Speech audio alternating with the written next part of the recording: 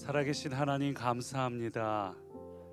오늘 이 시간 우리가 주님 앞에 나와서 예배할 때에 이 시간 우리의 마음과 생각이 온전히 주님께 합하게 하시고, 성령님 이 시간 우리의 마음과 생각을 들이시고 성령으로 온전히 충만케 하옵소서. 살아계신 성령님, 오늘 각 가정에서 예배하는 이들 그 가정 현장마다 임재하시고, 예배 드려지는 이 자리도 성령님 임재하사 하나님의 온전한 통치, 성령님의 영광이 우리 가운데 온전히 임하게 하소서.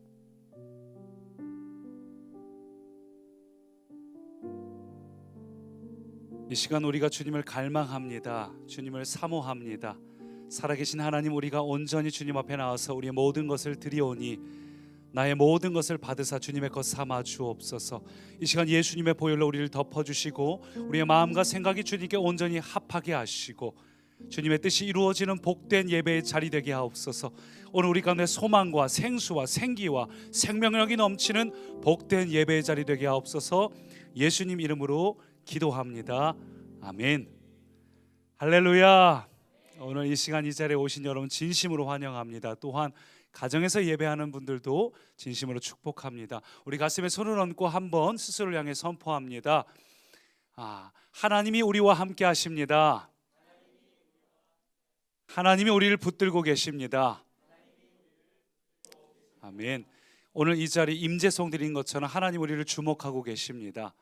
하나님 오늘 한 사람도 그냥 왔다 그냥 돌아가지 않고 하나님의 은혜로 생명력으로 우리가 충만하여서 한 주도 승리하기를 원하십니다.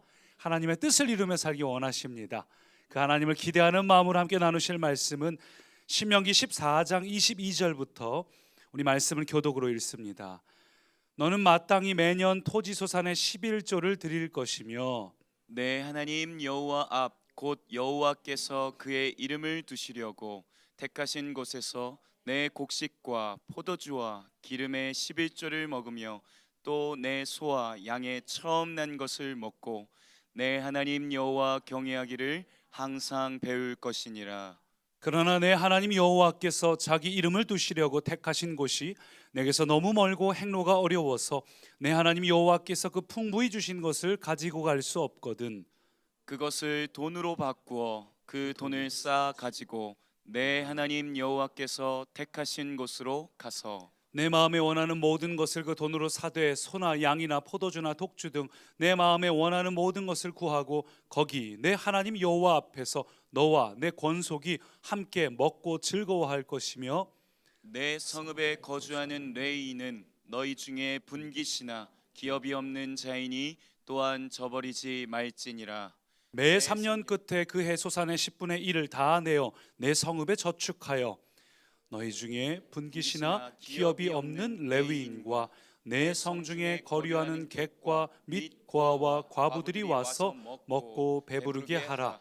그리하면 내 하나님 여호와께서 내 손으로 하는 범사에 내게 복을 주시리라. 아멘. 며칠 전에 한 성도님과 대화를 하면서 얼마 전에 이제 연휴가 많았으니까 모처럼 가족들하고 시간을 보내셨겠네요 했더니 뭐 남편에게는 모처럼인데 저는 지금 반년째 가족과 함께하고 있다고, 12월에 시작된 겨울방학이 아직도 이어져서 6개월째 겨울방학 중이라고 얘기를 하셨습니다. 정말로 12월 달부터 5월 달까지 6개월째 겨울방학 중인데 이번 돌아오는 수요일에 드디어 방학을 개학한다고 합니다.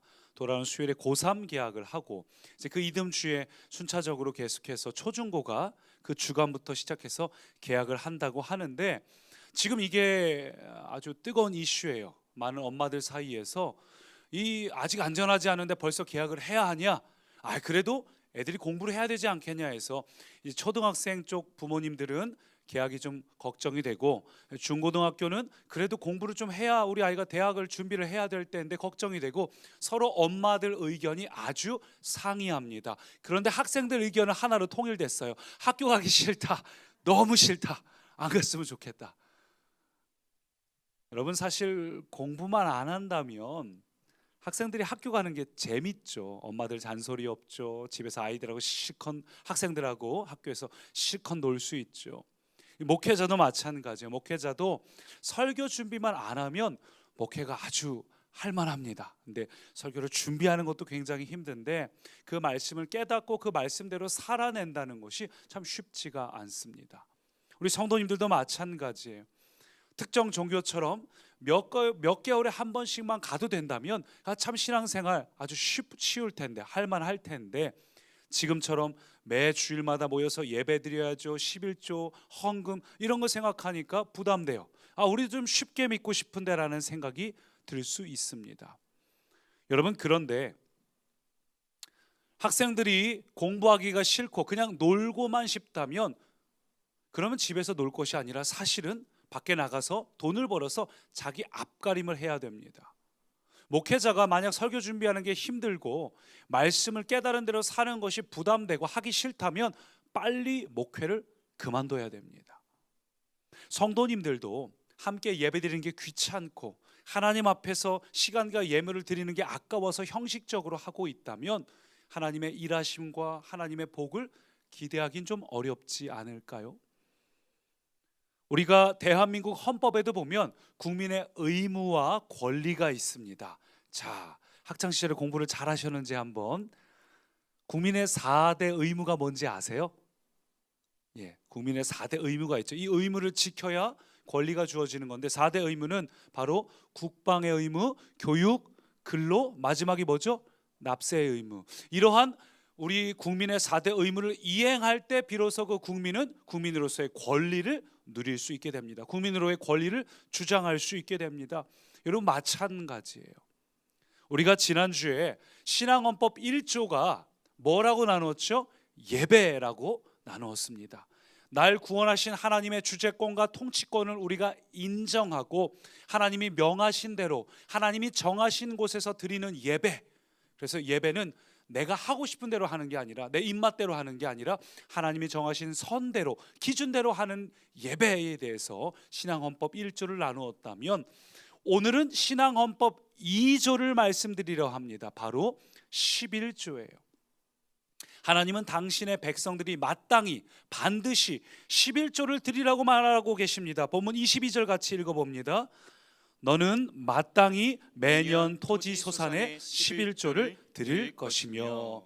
이 11조 얘기를 하기 전에 조금 배경 설명을 드리면, 우리 이번 달 두란노 생명의 삶 본문이 어디부터인지 아세요? 신명기 12장부터 26장까지예요. 신명기가 그 뒤로도 말씀이 더 있는데 요 12장부터 26장까지 끊어서 이번 달 본문으로 잡혀 있는 이유가 있습니다. 그것은 요 부분이 10계명을 가지고 10계명을 자세하게 풀어서 설명한 것이 12장부터 26장까지예요.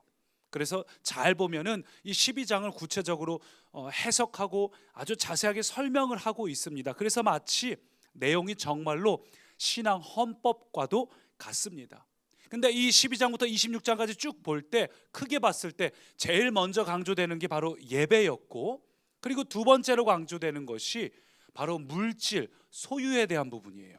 그게 오늘 우리가 읽은 14장부터 시작해서 15장 쭉 이어지면서 물질과 소유에 대해서 강조하고 계신데, 그 물질과 소유에 대한 부분에서 제일 먼저 다뤄지는 게 바로 11조라는 거죠.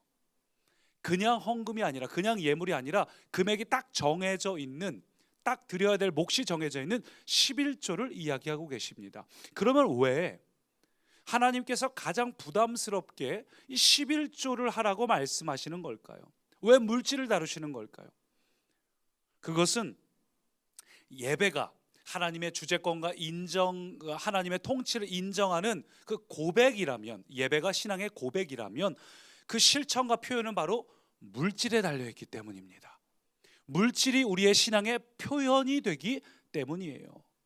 그래서 성경을 보면 믿음, 신앙, 행복 이러한 주제의 구절보다 돈에 대한 구절이 훨씬 더 많은 거 아세요? 무려 2359절이 바로 이 물질에 대해서 기록을 하고 있어요. 심지어 예수님께서 가장 많이 하신 말씀은 두려워하지 말라였는데, 비유라든지 이런 설명을 하실 때 가장 많이 사용된 표현은 바로 돈과 소유에 대해서 말씀하고 계십니다. 왜 그럴까요? 재물과 소유가 곧 내 신앙의 척도이기 때문이에요. 재물과 신앙이 곧 내 신앙의 기준이 되기 때문입니다. 그래서 성경은 물질과 소유에 대해서 굉장히 강조합니다. 아주 분명하게 가르치고 있습니다. 이게 굉장히 중요한데, 성경이 말하는 물질과 소유는 세 가지를 다루고 있어요. 첫 번째는 모든 물질의 주인은 하나님이시다. 그리고 두 번째는 우리는 이것을 잠시 맡은 청지기에 불과하다. 그리고 세 번째가 더 중요한데, 마지막 날에는 반드시 이것을 결산하신다. 너에게 맡겨진 물질, 시간, 에너지, 너의 모든 것이 정말 하나님의 뜻대로 잘 사용되었는지를 반드시 결산하신다. 왜냐하면 우리는 영혼을 위해 지어진 존재잖아요. 하나님 우리를 구원하셨지요. 그래서 우리가 우리에게 주어진 것을 잘 하고 있는지, 그것이 달란트 비유나 열 문화 비유나 아니면 모든 공적을 태워서 우리가 열심히 최선을 다한 게 아니라 정말 하나님이 기뻐하시는 것들이 잘 드려졌는지를 확인을 하죠. 여러분, 그래서 이 오늘 우리가 본문을 읽었을 때 14장 읽었죠. 11조에 대해서 명하고 있는데, 이게 15장으로 넘어가면 뭐가 등장하냐 하면 안식년이 등장합니다. 7번째 해가 될 때마다 이스라엘에서 무엇을 했냐 하면 모든 빚을 탕감시켜줬어요. 요즘 우리가 착한 건물주 운동이라는 표현들이 있던데, 보니까 건물주가 이 코로나19를 경험하는 요 1년 정도를 월세를 깎아주겠다, 월세를 안 받겠다, 뭐 이렇게 얘기하는데, 이스라엘에서도 안식년이 되면은 원금과 이자 중에서 이자는 1년 동안은 무이자, 아무것도 안 내도 된다, 이렇게 해도 파격적일 텐데, 하나님은 아니요, 아예 원금도 다 없애버리는 겁니다. 안식년 7번째 해가 되면 아예 모든 빚이 사라지는 거예요. 그 돈을 빌려주는 사람 입장에서 굉장히 허무할 수 있죠. 여러분, 하나님께서 11조도 그렇고 계속해서 물질에 대해서, 소유에 대해서 이 신명기를 통해서 백성들에게 뭘 깨닫게 하시는가? 너 물질의 주인 아니야. 네가 갖고 있는 그 소유, 그거 잠깐 너가 갖고 있다가 다시 유통시켜야 되는, 너는 청지기에 불과해. 너 그 물질과 소유가 너의 주인이 아니야. 네가 그 주인이 아니야. 그것을 하나님께서 깨닫게 하시는 겁니다. 그리고 그 소유와 물질에 대한 원리를 우리가 분명히 이해할 수 있도록 각인시켜주는 가장 첫 번째, 오늘 우리가 나누는 이 신앙 헌법 2조, 하나님 명령하신 것이 바로 11조라는 거예요. 그래서 신명기 10장은 이렇게 말합니다. 하늘과 모든 하늘의 하늘과 땅과 그 위의 만물은 본래 네 하나님 여호와께 속한 것이다. 역대상 29장도 말합니다. 여호와여, 위대하심과 권능과 영광과 승리와 위엄이 다 주께 속하였으니, 함께 읽죠. 천지에 있는 것이 다 주의 것이로 소이다. 여러분 믿으십니까? 모든 것이 하나님의 것임을 여러분 인정하십니까? 여러분, 그거예요. 예배가 모든 만물이 하나님께서 통치하시는 것임을 인정하는 신앙의 고백이 예배라면, 이 11조는 그래요, 하나님, 내 인생과 내 모든 것의 소유권은 하나님께 있습니다라는 신앙의 표현이 11조예요. 신앙의 고백이 예배라면 신앙의 표현이 내가 정말 주님이 내 것입니다라고, 내 모든 것이 주님 것입니다라고 표현하는 것이 바로 11조라는 거예요. 따라서 우리가 11조를 논할 때 11조를 1,000원 단위까지 해야 되냐, 100원 단위까지 해야 되냐, 뭐 이거 반올림 하냐, 아니면 세금 전이냐, 세금 후냐, 이런 것은 전혀 중요하지 않아요. 우리가 정말 기억해야 될 건, 하나님께서 왜 11조를 제정하셨는가? 하나님께서 11조를 통해서 우리에게 전하시고 싶은 하나님의 의도, 하나님의 마음이 무엇인가, 우리가 이것을 이해를 해야 됩니다. 근데 이것을 전혀 알지도 못한 채, 이해도 하지 못한 채 그냥 형식적으로 11조를 드린 유대 지도자들에게 하나님이 이렇게 책망하셨어요. 화 있을진저 외식하는 서기관들과 바리새인들이여, 너희가 뭐뭐뭐의 11조는 드리되 율법에 더 중한 바 정의와 긍휼과 믿음은 버렸도다. 그러나 이것도 행하고 저것도 버리지 말아야 할지니라. 11조를 온전히 드려야 하지만, 온전히 드려야 되는 그 정신과 의도를 이해한 채 온전히 드리라고 주님은 말씀하고 계십니다. 그래서 오늘 우리가 새롭게 알아야 될 신앙헌법 제2조 11조가 무엇인가 한번 따라하시죠. 첫 번째, 11조는 물질이 아니라 관계다. 11조는 물질이 아니라 관계이다. 가정에서도 잘 따라하셨죠? 11조는 물질이 아니라 관계라는 겁니다. 성경을 실제로 읽어보다 보면 이 11조는 결코 돈이나 물질에 대한 이야기가 아니라 하나님이 어떤 분이고 나는 어떤 존재고 하나님과 나의 정체성 안에서 하나님과 우리의 관계를 설명하는 것이 곧 11조예요. 그래서 본문도 보면 11조에 대해서 이렇게 말씀이 시작이 됩니다. 23절 보니까 내 하나님 여호와 앞에서 11조를 먹으며, 그리고 끝에 가니까 내 하나님 여호와 경외하기를 항상 배우라고 말하고 있습니다. 그러니까 하나님께서 이스라엘 백성들에게 11조에 대해서 이야기하시면서 뭘 강조하시는 거예요? 나는 너희의 하나님이다. 그리고 또 하나는 이 11조를 통해 날 경외하는 것을 배우라, 그 얘기를 하고 있습니다. 그러니까 11조는 물질이 아니라 하나님과 나와의 관계라는 걸 강조하시는 거예요. 자, 이걸 조금 더 큰 틀로 벗어나서 한번 생각해 봅시다. 사단과 마귀는 우리가 그 물질 그 자체만 바라보게 만들어요. 근데 하나님은 물질을 통해서 하나님을 바라보게 만드시는 겁니다. 예를 한번 들어볼게요. 예수님께서 오병이어의 기적을 왜 행하셨을까요? 그냥 단순히 불쌍해서? 아니에요. 백성들이 오병이어의 기적을 경험하면서 야, 하나님이 어떤 분이지? 하나님의 나라가 참 놀랍구나. 하나님과 함께 한다면 이 모든 것을 책임지시니까 내가 해야 될 일은 하나님이 원하시는 하나님의 뜻이 무엇이지?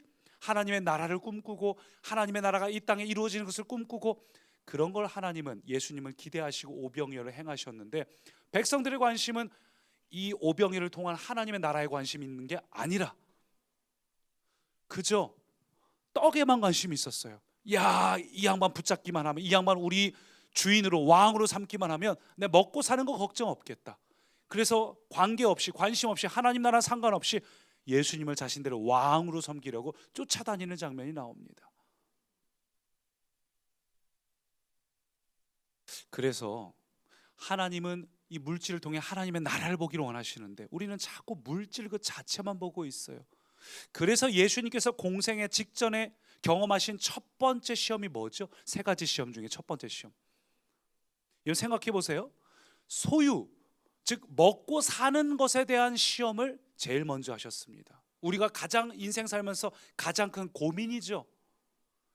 그 땅 비유에서도 막 자라서 올라오는데 결정적인 순간에 막히는 게 뭐죠? 이생의 염려와 근심, 재물에 대한 걱정 때문에 막 싹이 올라오다가 더 이상 올라가지 못하고 좋은 땅이 되지 못하죠. 이게 우리의 가장 큰 고민입니다. 인생 살면서 제일 많이 반복되는 거예요. 그래서 이 예수님의 시험이 공관복음서 모두에 다 기록되어 있습니다. 반복적으로 강조해서 기록하고 있어요. 그리고 그 시험에서도 가장 첫 번째 시험이 물질, 소유라는 것이 참 중요합니다. 근데 특이한 게, 만약 제가 사단이라면 좀 다르게 시험했을 것 같아요. 제가 사단이라면 예수님을 어떻게든 죽게 만들려고, 야, 너 40일 굶었지? 한 40일만 더 굶어봐. 너 할 수 있어. 이런 식으로 해서 어떻게든 죽이게 만들 것 같은데, 사단의 시험은 조금 달랐습니다. 사단은 의외로 우리를 위하는 척, 살리는 척 합니다. 그래서 뭐라고 말하죠? 아우, 너 40일이나 굶었지? 얼마나 힘드냐. 그러니까 빨리 그 하나님 아들의 능력으로 떡을 어서 만들어서 빨리 먹어. 좀 쉬어. 너 빨리 먹는 거 중요해. 몸 언제까지 이렇게 몸 상하게 할 거야? 위하는 척, 살리는 척을 해요. 근데 이건 사실은 살리는 척하면서 죽이는 행동입니다. 사단이 이 시험을 통해서 노리는 게 뭡니까? 그것은 바로 먼저 그의 나라와 그의 의를 구하라는 이 진리를 뒤집어 버리는 거예요. 이건 우리가 기억해야 될 근본 진리입니다.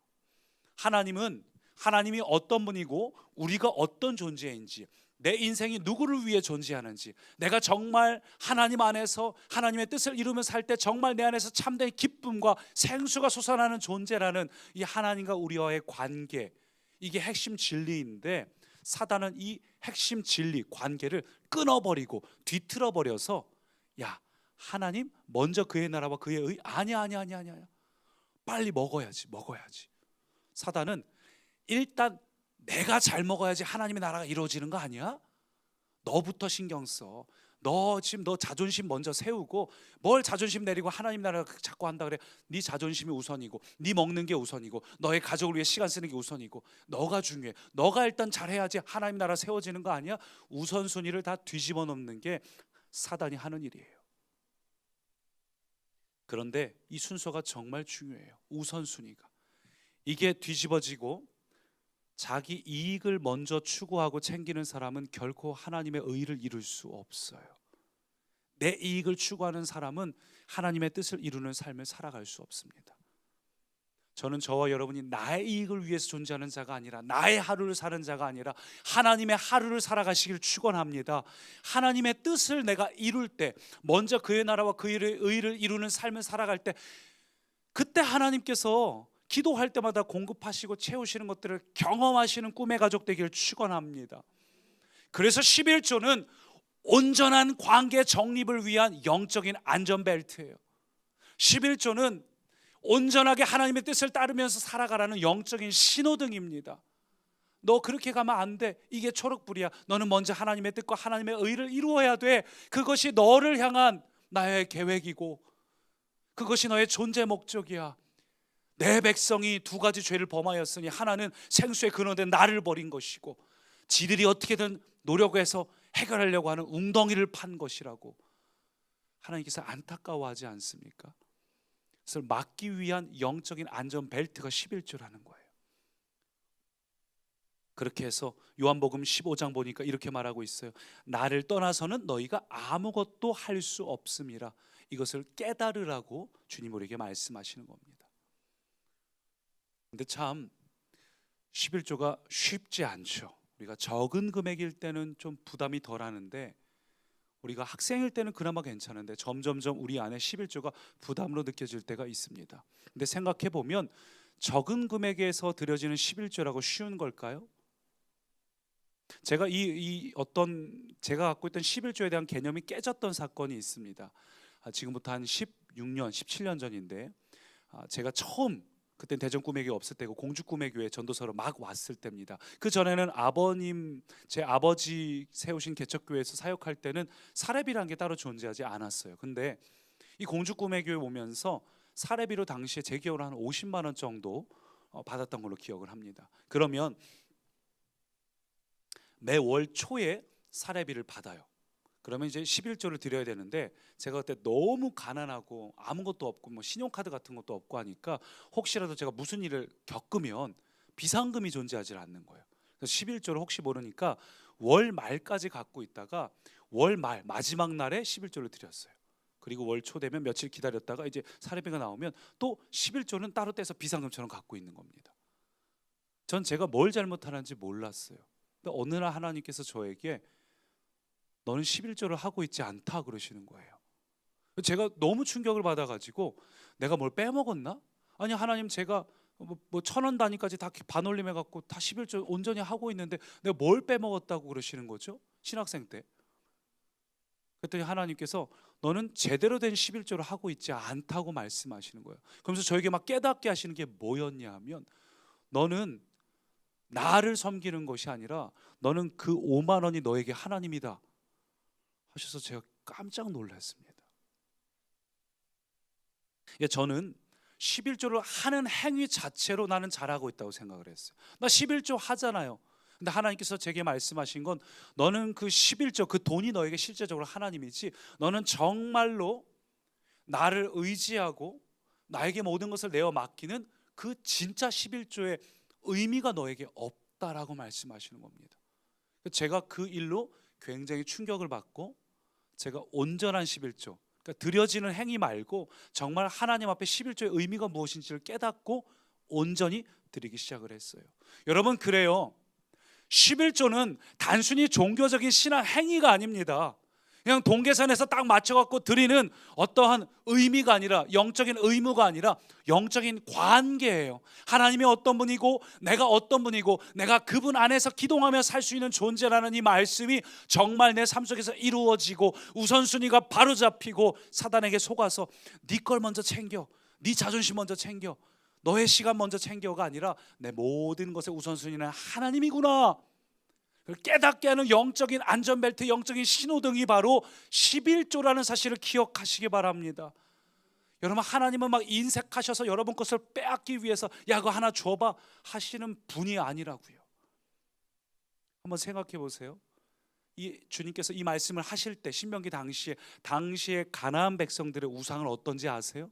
가나안 땅에 들어가면 그 우상 몰록이라든지 그런 우상들은 자기 아이를 불구덩이에다 집어 넣어야지만 겨우 그 소원을 들어주는 그런 신들을 그들은 섬기고 있었습니다.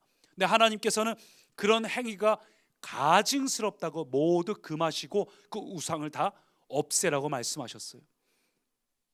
오히려 가나안 족속들이 섬기는 우상과는 정반대로 하나님은 당신의 모든 걸 다 주셨습니다.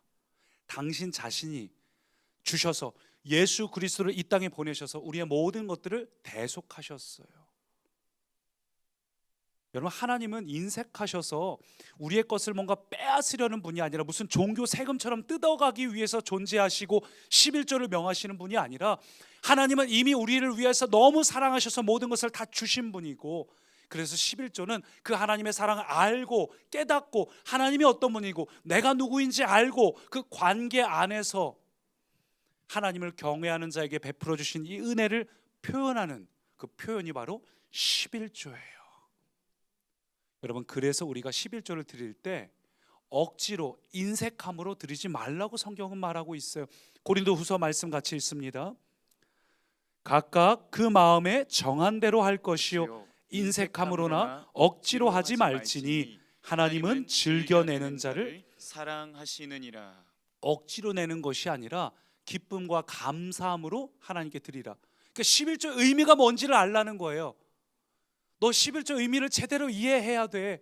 바리새인들처럼 그냥 딱딱 맞춰서 드리는 게 중요한 게 아니라 마치 제가 책망들었던 것처럼 11조의 참된 의미는 사단의 시험에 속지 않고 모든 우선순위를 하나님께로 둘 수 있느냐? 너 정말 하나님 안에서 너가 존재하느냐? 너의 모든 인생을 하나님께서 책임지는 거 너 믿냐? 너 진짜 하나님께 너의 삶을 드리고 있냐? 너 정말 네가 기도하면 하나님이 너 기도 들어주시는 거 믿어지냐? 하나님은 그 질문을 11조를 통해서 하고 계신 겁니다. 혹 그럼에도 내가 아직도 10의 1을 하나님께 드리는 것이 여전히 부담스러운 분이 계실 수 있어요. 그런 분들은 사실은 하나님께서 하나님의 몫으로 10분의 1을 세금처럼 떼가시는 것이 아니라 사실 우리가 그 10의 9까지도 하나님으로부터 받아 쓰는 것임을 기억하시기 바랍니다. 10의 10 전부가 하나님 거예요.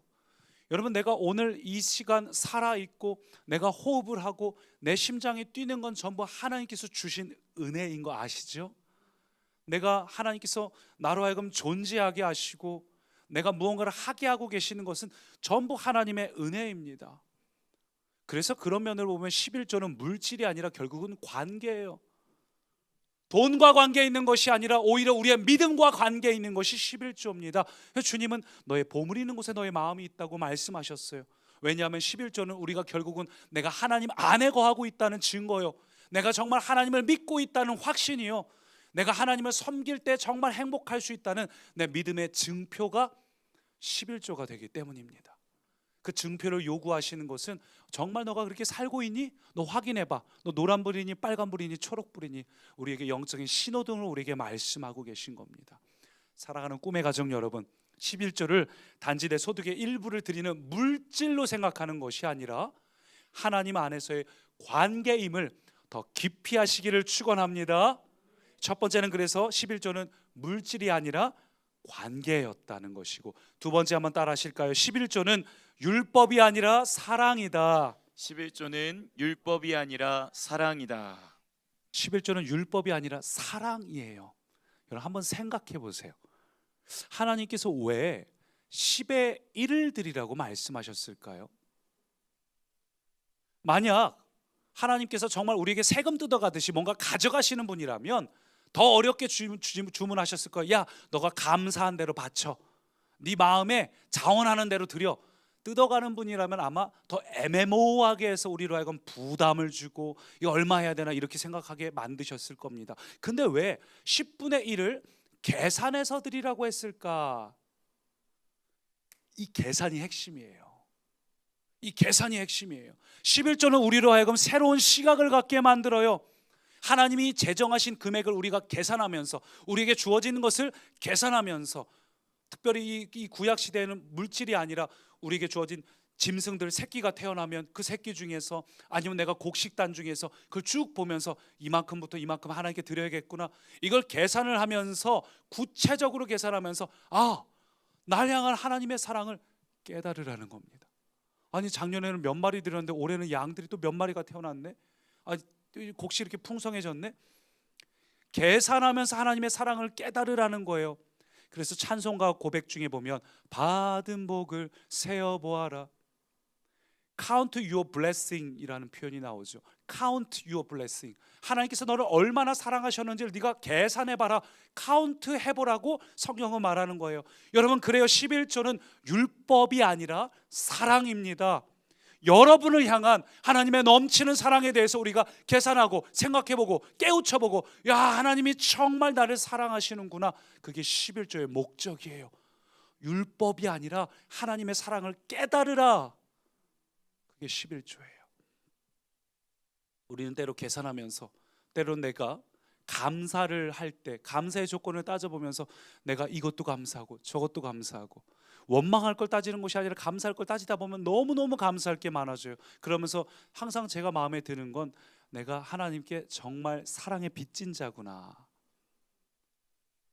그것을 상기시켜 주는 게 11조라고 성경은 말하고 있습니다. 여러분, 그래도 내가 생각하기에 어찌됐건 간에 11조를 결국은 드려야 되는 거니까 이건 내 거 아니잖아, 뺏기는 것 같잖아 라는 마음이 드신다면, 오늘 본문은 조금 다른 이야기를 하고 있어요. 오늘 본문은 드린 11조를 온 가족이 함께 모여서 하나님 앞에서 먹고 마시며 즐거워하라, 기뻐하라, 온 권속이 함께 즐거워하라고 말하고 있습니다. 또한 매 3년마다 또 11조를 두어서 그것이 성 안에 있는 나그네라든지 고아와 과부와 어려운 사람들을 위해서 사용하라고 말하고 있어요. 28절 29절이 바로 그 내용을 성경은 말하고 있습니다. 그럼 무슨 얘기예요? 오늘 드려지는 이 11조는 누구를 위한 것인가? 하나님을 위한 거라고요? 아니에요. 오늘 본문이 이야기하는 거 보니까 바로 드린 바로 여러분을 위한 거라고 11조에 대해서 이야기하고 있어요. 보니까 너의 어떤 성읍에 저축해서 너의 어려운 사람, 기업이 없는 사람, 고아와 과부 이런 사람을 먹고 배부르게 하라. 결국 11조는 얼마나 섬세하고 자상하신 하나님의 사랑인가. 사랑의 율법이 아니라 사랑이에요. 사랑을 이야기하고 있습니다. 여러분, 그래요. 11조는 하나님께서 어떻게든 우리에게 착취하고 빼앗으시는 그런 게 아니라, 하나님이 얼마나 우리를 사랑하시는지 그 하나님이 사랑하는 우리의 행복을 위한 것입니다. 그래서 본문은 이렇게 말해요. 29절 보니까 그리하면 내 하나님 여호와께서 내 손으로 하는 범사에 내게 복을 주시리라. 11조를 통해서 하나님이 널 얼마나 사랑하는지 깨닫고 느껴라, 누리라, 그 얘기를 하고 계신 겁니다. 11조는 하나님에 대한 우리의 사랑이고, 우리를 향한 하나님의 사랑을 확인하는 게 11조예요. 하나님 앞에 드리고 그것을 기뻐하고 즐거워하는 게 11조예요. 그 하나님의 사랑이 11조입니다. 그래서 사랑이 없이 형식적으로 제가 그랬듯이 그냥 외식하는 자들을 이렇게 책망하셔요. 누가복음으로 보면 화 있을진저 너희 바리새인이여, 너희가 11조는 드리되 공의와 하나님께 대한 사랑은 버리는도다. 사랑을 버리고 있다. 사랑 없이 계산해서 하나님께 뺏기는 11조가 아니라, 11조는 결국은 너희를 위한 하나님의 사랑이라는 걸 오늘 본문은 강조하고 있습니다.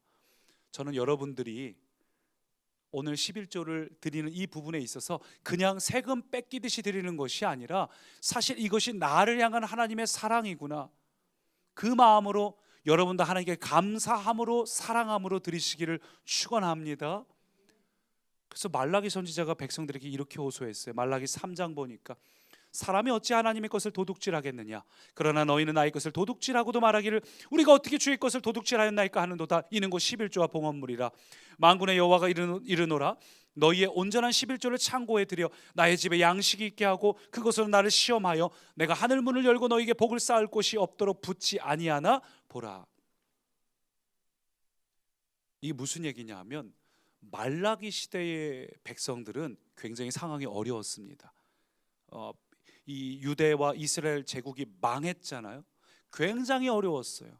어렵다 보니까 이들이 11조에 대해서 부담스럽게 여기고 하나님께 억지로 빼앗기는 걸로 여기서 11조를 어떻게든 내가 그냥 막 줄여서 이거는 내가 나갈 돈이었으니까 애초에 드릴 돈이 아니야, 이런 식으로 하니까 하나님께서 그건 사랑이 아니야, 그 의무잖아, 그런 11조는 아니야 라고 말라기에서 말씀하고 있는 거예요.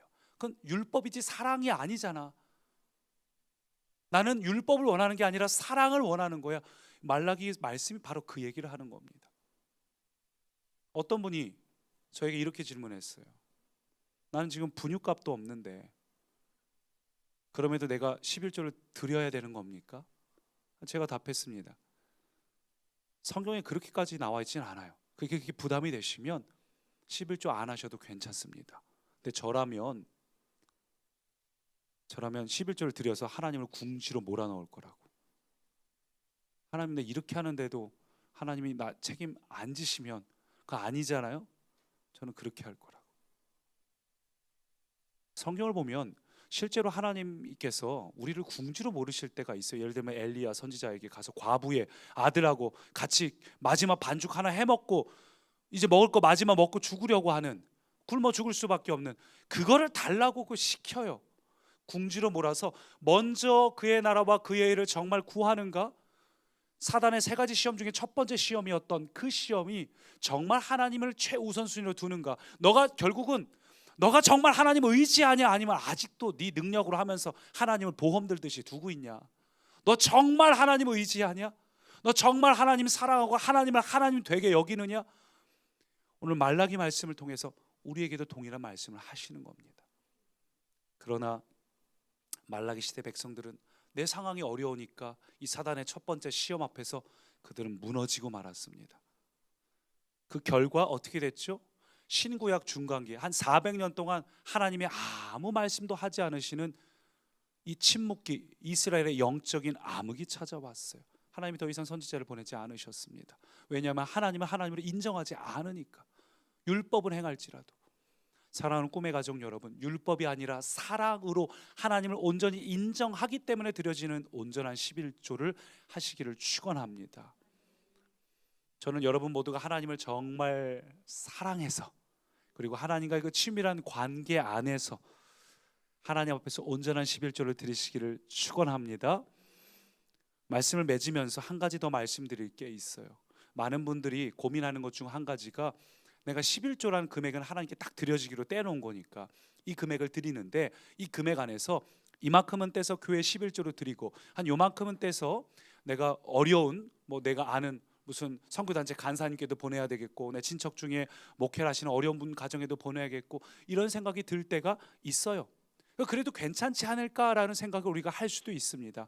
근데 이 부분에 대해서 우리가 명확해야 될 것은, 11조는 하나님께 드리는 것이지 내가 선택하고 내가 결정해서 나누는 것이 아니에요. 드리는 것은 여러분의 일이고, 그것을 어떻게 하나님께서 하나님의 나라에서 쓰실지 결정하는 건 하나님의 몫이에요. 그래서 오늘 본문에도 보면 23절 보니까 반드시 택하신 곳에 갖다 내라고 성경은 말하고 있습니다. 이게 무슨 말이냐면, 본래 11조는 크게 보면 두 가지 용도인데, 한 가지는 오늘 우리가 읽은 본문에 나오는 것처럼 우리 11조를 드리는 자를 위한 감사의 축제와 어려운 일을 돕기 위한 용도로 쓰여지는 11조가 있고, 또 하나의 11조는 레위기나 아니면 민수기에 등장하는데, 민수기 말씀으로 같이 읽어볼까요? 성전 유지용이라고 이렇게 설명을 하고 있습니다. 내가 이스라엘의 11조를 레위 자손에게 기업으로 다 주어서 그들이 하는 일, 곧 회막에서 하는 일을 갚나니. 성전 유지용으로 11조가 존재하는 거예요. 그러니까 오늘 우리 신약 시대로 말하자면 11조는 교회 공동체를 섬기고 또 교회가 잘 운영될 수 있도록 이용되는 것이 11조라는 겁니다. 근데 간혹 구약은 끝났다 하면서 11조를 내지 말라는 교회가 있죠. 그냥 헌금하면 된다, 11조가 아니라 너희가 하고 싶은 만큼 헌금하면 된다라고 굉장히 자신들이 뭔가 앞서 나가는 것처럼 포장하는 교회가 간혹 있는데, 사실 그런 교회의 공통점이 있습니다. 그런 교회를 가보면 그 구성원이 다들 신앙생활 오래 해가지고 시키지 않아도 그냥 잘하는 사람들이에요. 그리고 교회에 어른들이 많고 교회 학교처럼 따로 재정을 막 부어질 부분들이 없는 교회, 규모가 작은 교회일 때 자기들이 뭔가 다른 교회하고 차별화를 두기 위해서 우린 그런 거 안 해도 된다라고 말하는데, 제가 보기엔 굉장히 조심스러운, 그건 영적으로 교만한 행동이에요. 마치 제가 여러분 교회 다 나올 걸 아니까 교회 나오지 않아도 된다고, 우리 교회 온라인으로 드려도 충분하다고, 이렇게 하나님 앞에서 목회자가 교만해져서 실수하는 거라고 저는 생각을 합니다. 하나님 앞에 온전한 11조를 드리라고 성경은 말하고 있어요. 그래서 사실 선교단체나 아니면 누구 어려운 일을 돕는 거나, 이거는 엄밀히 말하면 사실은 선교 헌금이죠. 구제 헌금이에요. 근데 우리가 우리 안에서 그렇게까지 하나님 앞에 드리기가 부담스러우니까 11조는 어쩔 수 없이 무조건 하나님께 떼서 드려야 되는, 내 것이 아니니까 요 한도 안에서 어떻게든 쪼개가지고 누구 돕고 뭐 아프리카에 누구 돕고 뭐 하고, 사실은 하나님께서 보시기에 아름답지는 않을 것 같아요. 제가 목회자니까 제가 뭔가 처리할 때 사무실 카드로 다 할 수도 있어요. 근데 제 돈으로 하는 거 되게 많거든요. 왜냐하면 그 의미가 없을 거라고 생각이 들어서, 그렇게 하는 게 하나님 앞에서 무슨 의미가 있을까, 이게 영적으로 흘러가는 게 의미가 있을까 싶어서 사무실 카드로 안 하고 제 개인으로 하는 게 굉장히 많습니다. 하나님께서 원하시는 건 바로 그런 거예요. 여러분이 실제로 11조 안에서 뭘 어떻게 드리는 거는 여러분의 믿음의 분량에 달린 거라 여러분께 부담 드리고자 하는 것이 아니고, 오늘 제가 말씀드리는 것은 어차피 하나님께 드린 거 뜯기는 거니까 이 중에서 뭘 해야지라는 율법적인 마음이 아니라, 정말 하나님을 기뻐하고 하나님을 사랑하고 하나님이 주시는 마음대로 온전히 여러분의 물질과 소유를 흘려보내는, 여러분의 물질의 청지기임을 분명하게 깨닫는, 11조의 의미를 온전하게 깨닫는 저와 여러분 되기를 축원합니다. 정리합니다. 11조는 물질이 아니라 하나님과 영적인 관계입니다. 11조는 율법이 아니라 하나님에 대한 사랑입니다. 결국 11조는 드림에 대한 것이 아니라 우리에 대한 것이고, 우리의 믿음에 대한 것이고, 내 존재에 대한 것이고, 누림에 대한 것이에요. 하나님 여러분을 얼마나 사랑하고 있는지를 깨닫고 누려지는 자만이 온전한 하나님을 섬길 수 있습니다. 저는 저와 여러분들이 그렇게 살기를 바랍니다. 혹 오늘 이 말씀이 불편하신 분들은 십자가를 기억하면서, 주님 우리에게 모든 걸 다 주셨어요. 주님 내가 근데 그렇게 하기에는 아직 내 안에는 11조가 아니라 사실은 10의 10이 다 주님 걸 알면서도 잘 움직여지지 않는 나의 연약한 믿음이 있다면, 주님 그 십자가의 사랑을 내가 주목하여서 언젠가 이것을 뛰어넘을 수 있게 해주십시오. 여러분 근데 그게 언젠가가 되지 말고 오늘 겨자씨만한 믿음이라도 생겼으면 오늘 겨자씨만한 믿음 붙잡고 기도하시기 바랍니다. 여러분에게 주시는 마음이 있으면, 오늘 이야기는 11조지만 물질뿐만 아니라 여러분의 시간, 에너지, 또 여러분에게 하나님께 주신 마음에 순종해서 여러분의 자존심 내리고 누군가를 섬기는 거, 겨자씨만한 믿음이라도 시작하시기를 축원합니다. 우리 그 마음을 가지고 함께 나의 모습 나의 소유, 이 찬양 반주를 들으면서 함께 기도합니다. 우리 아까 후렴으로 들었었는데, 나의 모습 나의 소유, 내 모든 것이 주님의 것이라는 이 반주를 들으면서 함께 기도할 때, 먼저는 하나님께서 여러분에게 주신 것에 대해서 감사하시기 바랍니다. 예수 그리스도를 여러분에게 주심으로 여러분에게 생명을 주셨습니다. 우리는 더 이상 환경에 영향받는 자가 아니라 여러분 안에서 깊은 곳에서 솟아나는 생수에 집중해야 될 분들입니다. 생수가 솟아나면 환경을 바꿀 수 있는 분들이 여러분입니다. 하나님은 이미 여러분에게 모든 걸 주셨습니다. 여러분 그것을 감사하십시오. 하나님께서 내게 모든 걸 주셔서 감사합니다. 그러므로 나는 더 이상 터질 웅덩이를 움켜쥐는 자가 아니라 나는 주님의 것입니다. 주님 머리끝부터 발끝까지 나를 소유하십시오. 나를 통치하여 주십시오. 주님 감사합니다. 우리 그 고백으로 함께 합심으로 기도합니다. 살아계신 아버지 하나님, 주님 이 시간 나를 위하여 이 땅에 오사 나의 모든 것을 주님께서 나의 모든 것을 위하여 주셨으므로 감사합니다. 주님은 주님의 전부를 주사 나를 사랑하셨습니다. 예수님께서 이 땅에 오사 당신의 전부를 주사 나를 사랑하셨습니다. 주님은 우리에게 내가 너를 얼마나 사랑하는지를 알고 네가 어떤 존재인지, 더 이상 네가 터지는 웅덩이를 바라보는 것이 아니라 생수에 끌어내는 나를 버리는 것이 아니라 이제는 나를 바라봐라. 이제는 나의 생수를 붙잡으라 말씀하시오. 오 주님, 우리의 깊은 곳에서 생수가 솟아나기 원합니다. 고백하며 주님을 바라봅니다. 살아갈 수 있도록 주님께 집중합니다. 주시옵소서. 우리의 깊은 곳에서 생수가 솟아나기 원합니다. 오 주님, 생수가 솟아나기 원합니다. 나는 머리끝부터 발끝까지 나의 모든 존재가 주님의 것입니다. 주님, 나를 받아주십시오. 나의 시간, 물질, 나의 모든 것들이 전부 주님의 것입니다. 나의 10의 10 전부가 주님의 것입니다. 주님, 통치하여 주십시오. 회복하여 주십시오. 나는 온전히 주님의 것입니다. 주님 감사합니다. 나의 모든 것을 드리옵소서. 주님 감사합니다. 우리의 모든 것을 받아주십시오. 주님 감사합니다. 오 주님 감사합니다. 주님을 찬양합니다. 주님 경배합니다. 오 주님, 주님께서는 11조를 통해서 더 이상 터질 웅덩이 붙잡지 말고 생수의 근원된 나를 외면하지 말고 너가 진짜 바라봐야 할 건 나야. 너의 모든 존재를 걸면서까지 나를 바라봐야 돼. 오늘 우리에게 말씀하셨습니다. 살아계신 주님, 더 이상 터질 웅덩이 환경 보는 것이 아니라 이 시간 내 깊은 곳에서 생수가 솟아나게 하옵소서. 생수가 솟아나서 내 모든 환경과 상황을 넘치게 하옵소서. 우리가 그것을 통치하게 하옵소서. 그래서 주님, 이 시간 우리의 머리끝부터 발끝까지 다 주님의 것임을 고백합니다. 주님, 우리를 온전히 통치하고 다스려 주옵소서. 나의 모든 것은 주님의 것입니다. 나의 소유, 나의 생명 모두 주님의 것입니다. 하나님을 하나님 되게 인정할 때에, 먼저 그의 나라와 그의 의를 구할 때 하나님께서 어떻게 우리를 돌보시고 책임지시는지 오 주님, 우리에게 가르쳐 주시고 우리가 느끼고 경험케 하시고, 그래서 우리가 그렇게 살아갈 때에 세상에 우리를 보며, 코로나19로 힘들어하는 이 세상에 우리의 삶을 보며 하나님이 얼마나 위대하시고 놀라우신 분인지 깨닫게 하옵소서. 우리 안에 솟아나는 이 생수가 솟아나서 우리 옆에 있는 사람들에게 생명력이 전달되게 하시고 그들도 우리로 인해서 살아나고 일어나고 이 땅의 소망과 희망이 바로 우리에게 있음을 세상이 경험케 하여 주옵소서. 하나님, 우리의 소망이십니다. 하나님, 우리의 생명이십니다.